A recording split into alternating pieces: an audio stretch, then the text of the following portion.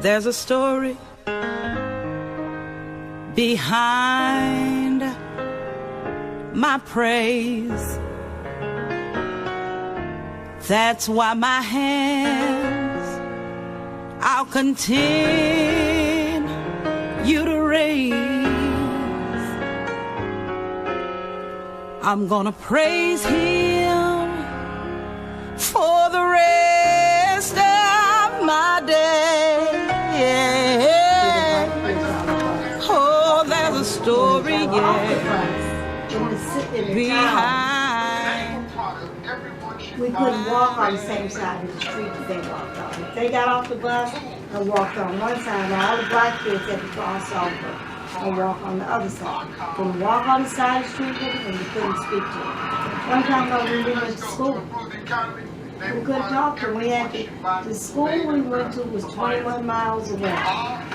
32-mile trip. I get it right.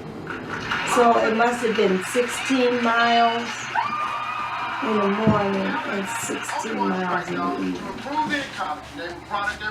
must have been something like that.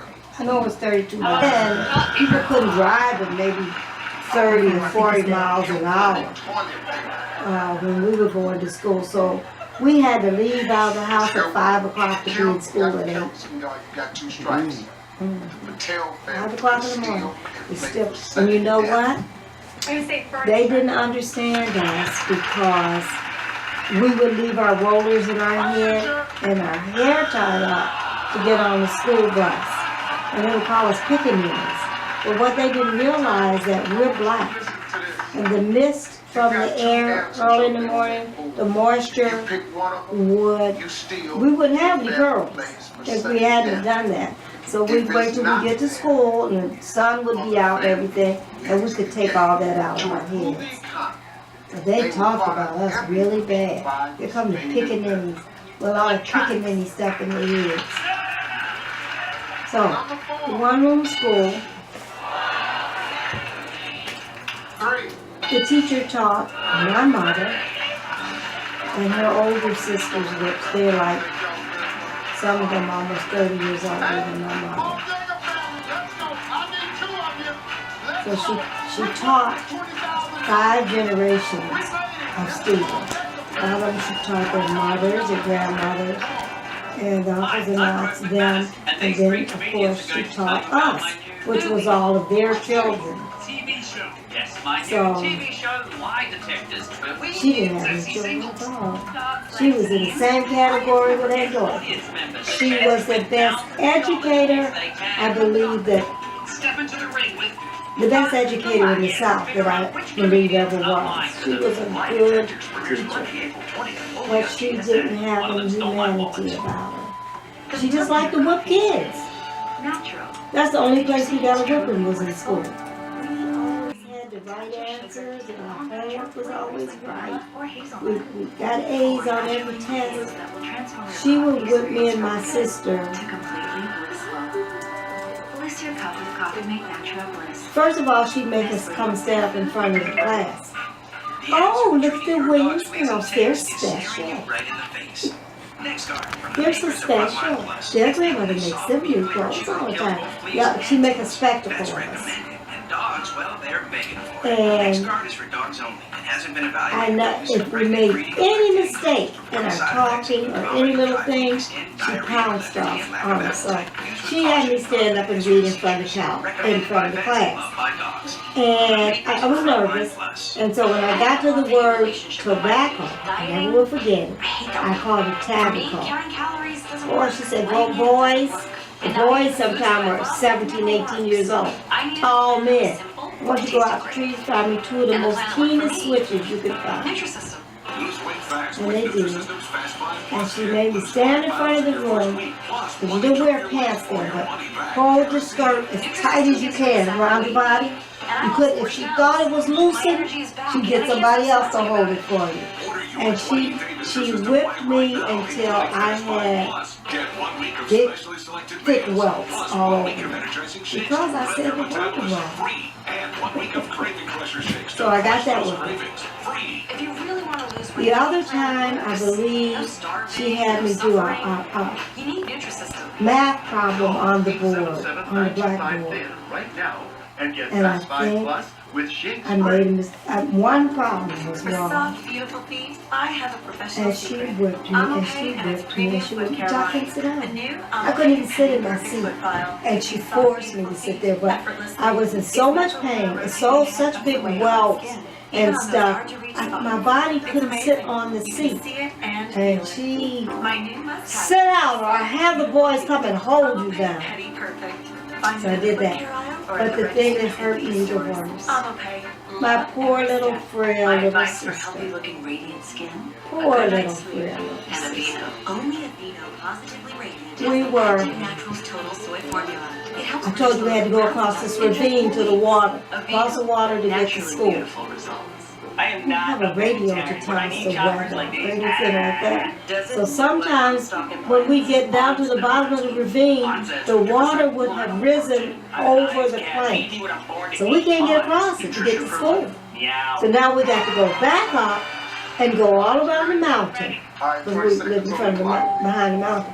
We had to walk, Sharifa didn't know, all around the mountain and all through the town to come back to the school. So now we don't know we're going to be late because we don't know the water's up. So we just about run all the way. And we knew what was going to happen. We'd run, I mean, we'd be so out of breath. Just running, trying to make it before the school bell rang. So this one time we were 5 minutes late because we had to go through the town. And she said, okay, you're going to get 10 licks for every minute that you wait. Hold your dresses tight. Boys will get the switches. And she whipped us, and she whipped us, and she whipped my sister, my poor little frail little 6-year-old sister, till she had blood running down her leg.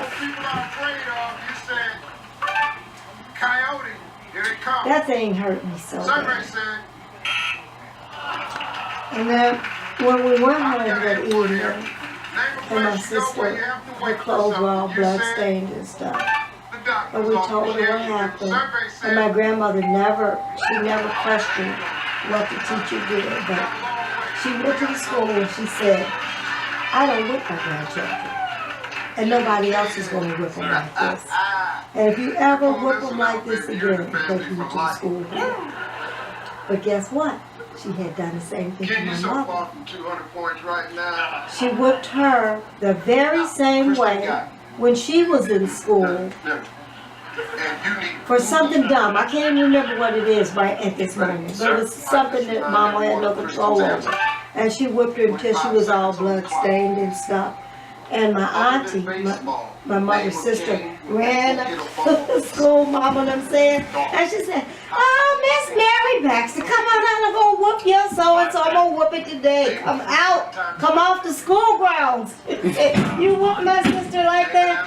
Come off the school grounds. I'm going to whoop it today. She wasn't saying nice words either.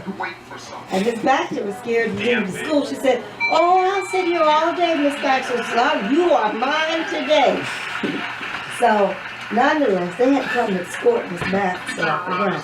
But you know what? Because Mama went home and told her parents, and her sister came to the school, she failed Mama that year. Mama was supposed to go into the 9th grade, and Mama never went to the 9th grade because she failed her, because she told her. And Mama would tell the story all the time. She said, I never failed anything in my life, and she prevented me from going to high school. So, that's the only whippings that we ever really got, ever. But to Peter, and you know what? I never knew why I'm always late until I went back when I was 65 years old, and I stood on the steps of that school, and I said out loud, heard myself, and confirmed why I'm always late. I said, Miss Baxter, you can't whip me anymore. I can be as late as I want to be. Oh, that is a story, how he's been God for me. in all of his glory. Yeah, yeah, yeah, yeah, yeah. If you see me shouting, oh, don't be amazed. I just realized where and when I was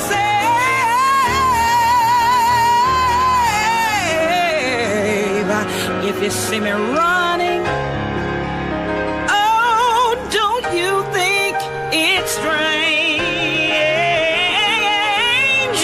My whole life he's rearranged. There is a story behind my praise, my praise, my praise. There is. And my auntie was a cosmetologist, right? So after we got to be about 11 or 12, she would do our little nails, and we go to school, and Miss Baxter would say, oh, look at the weirdest girls, they're special. You can't whip them anymore. But I want some of you older girls to come and take all this fingernail polish off of their nail. You won't wear any fingernail polish in this school. It was like pink, real light pink. Because you know older people weren't going to let you wear anything real suggestive anyway. So she had the girls take all our fingernail polish off. Went home, and daughter said, where's the fingernail polish I put on your nail? Said, Miss Baxter made them take it off us. She went to school with us the next day. She said, Miss Baxter, anything I do to those girls in my house, you better not change it. Your story is waiting to be discovered, and Ancestry.com can help. Just enter a few names. Once you get to your grandparents, you should get a leaf. And that's when the fun begins. Ancestry.com is the largest online family history resource, so you can discover who you came from, what they did, where they lived, and how it all led to you. Your story is here. Start searching Ancestry.com for free right now.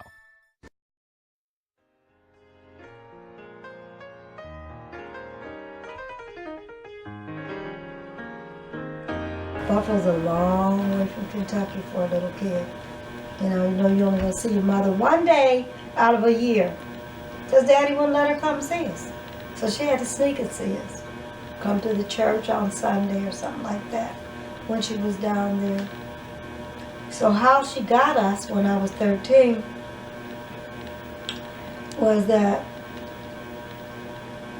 Grandma and Grandpapa had been fighting. That's all he did was fight Grandma.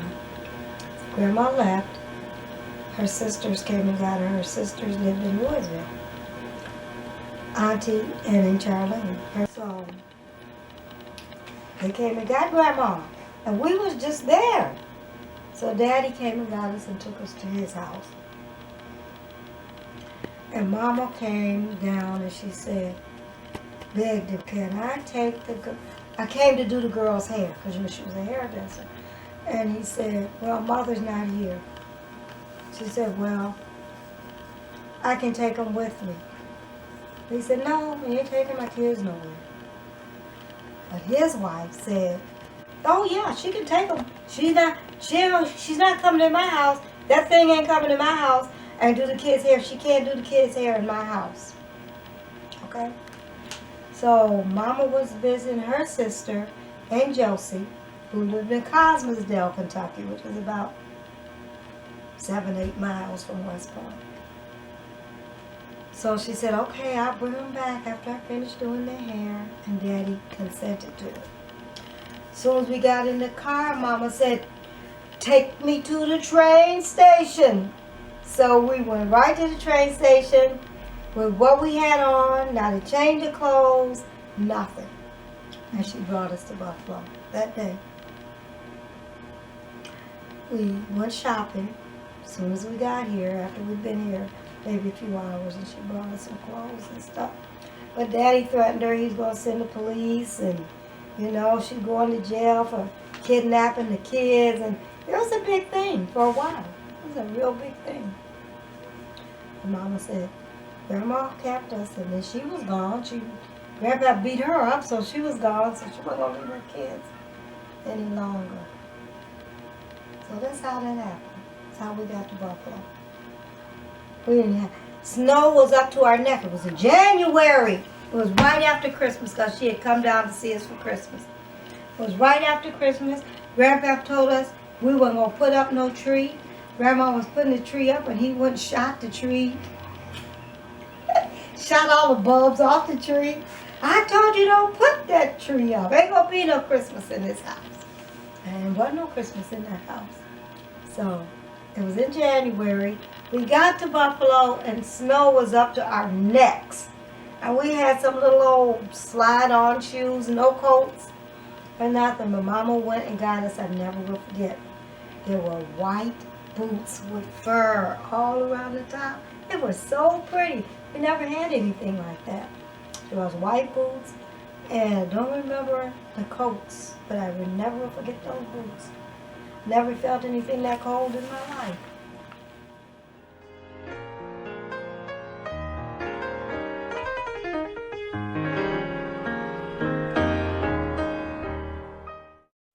Oscar J. Dunn, former Lieutenant Governor of Louisiana. Anna Julia Cooper, educator, writer, feminist. Henry O. Flipper, West Point graduate, Army officer, engineer. 3 different people, one common beginning. They were all born slaves. Now what can't you do? Black history. Pass it on.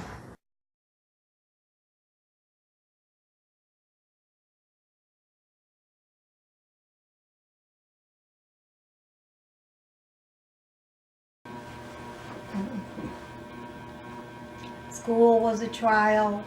You're always under scrutiny and can't say certain things. You get beat up by the teacher or the teacher's, what you call them, her hitman, because she get the boys to do it if she couldn't do it. So, always under scrutiny. Who's one of your favorite memories of your sister growing up? She beat me up. Okay? I don't know about the favorite memories that I always wanted dainty things. So I would ask for table and chairs for Christmas, and the next Christmas I asked for glass dishes, and the next Christmas I would ask for a doll. You didn't get but 1 or 2 things. And I would be outside and I'd set my little table and chairs up, set my dolls in it, and go get some little weeds and make my little whatever I thought I was making. Get some water and sit down and right across from my dolls and have my tea party. And she would come in her bike, her tricycle, and run into it, knock it all over. We talk about that still. Knock it all over. And I couldn't catch my breath. I'd be so hurt. I said, I'd be crying like that. And then we played paper dolls. Did I ever buy paper dolls for you? Mm-hmm. Yeah. Paper dolls. And Janet never liked girly stuff. Mama would ask her what she wanted for Christmas. She said, guns and holsters. That's what she would get. So I would cut my paper dolls out and dress them up, and she'd sit there and watch me till I finished doing it, and then she'd go tear off the heads of all the paper dolls. Oh, I couldn't even talk. I'd be so hurt. Whoop her, she had torn, and she said, no, I didn't tear them up. It was in a wreck. It was just in a wreck. We'll get some tape and tape them back up. I think one happy time that I can remember, though, I'm trying to remember as I talk, was when Daddy bought us a bike for Christmas. Beautiful brand new bike. Christmas before that, he bought us a swing set, like the one out there in the yard with the swings and the slides and stuff. So those are 2 happy Christmases that I remember.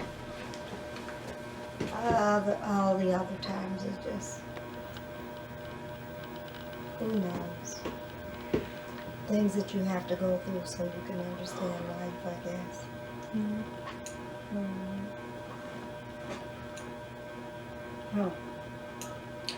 And I like to see my daddy come to see us. My daddy.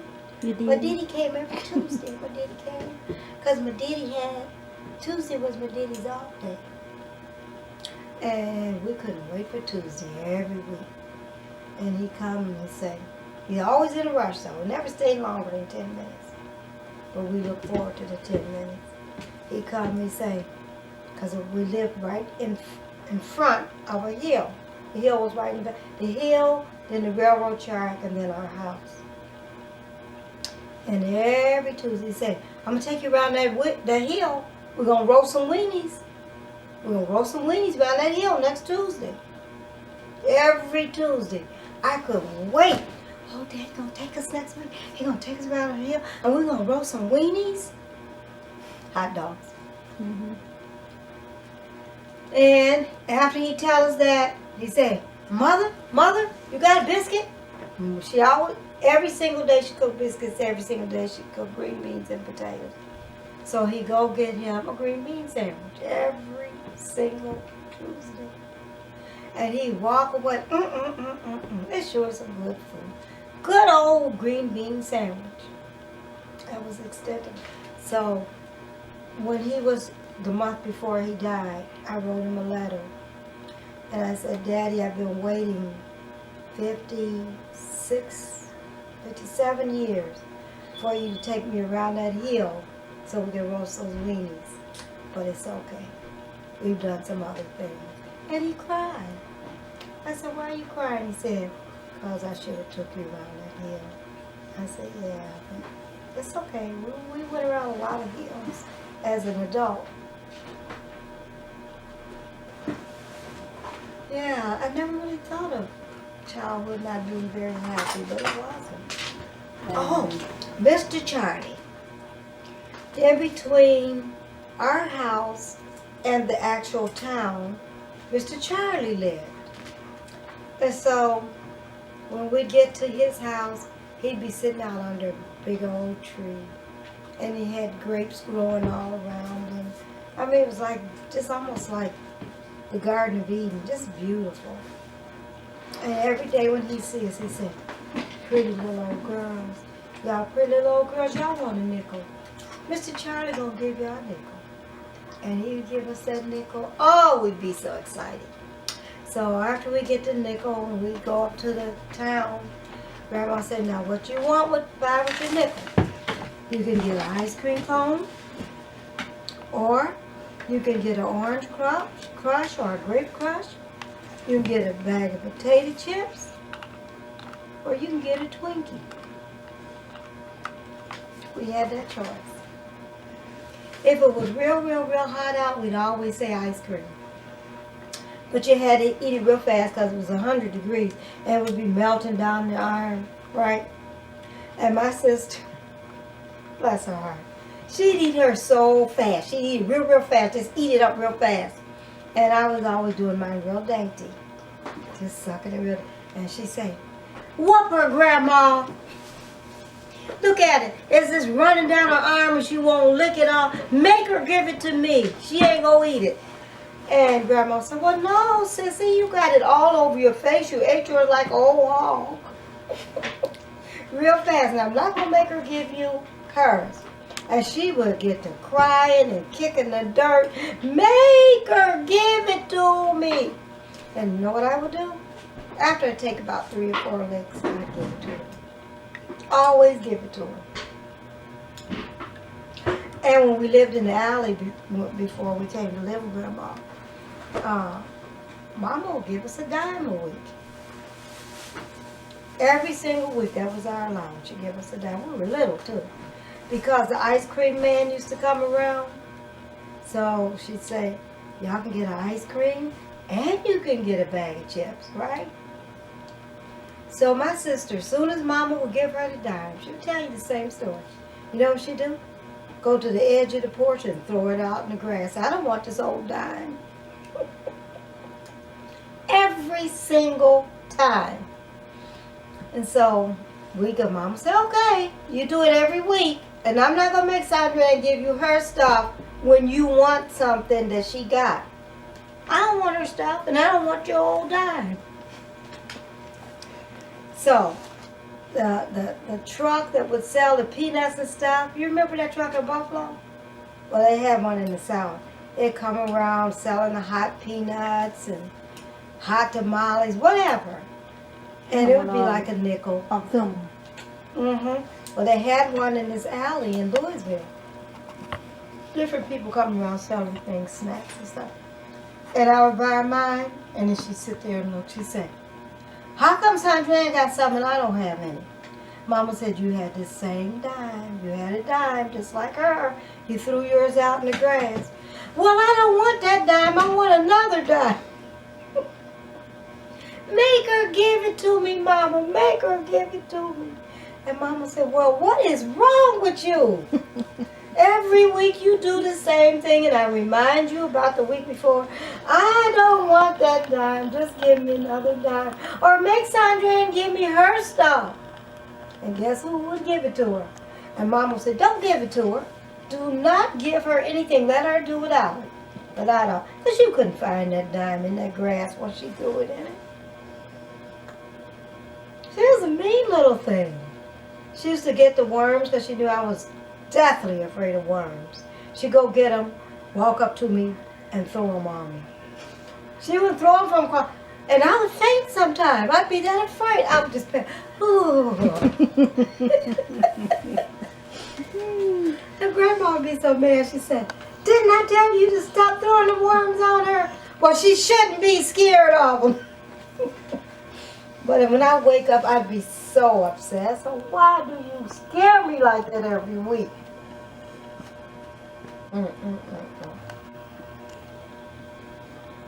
But you know what her name was. Her name was Gwendolyn.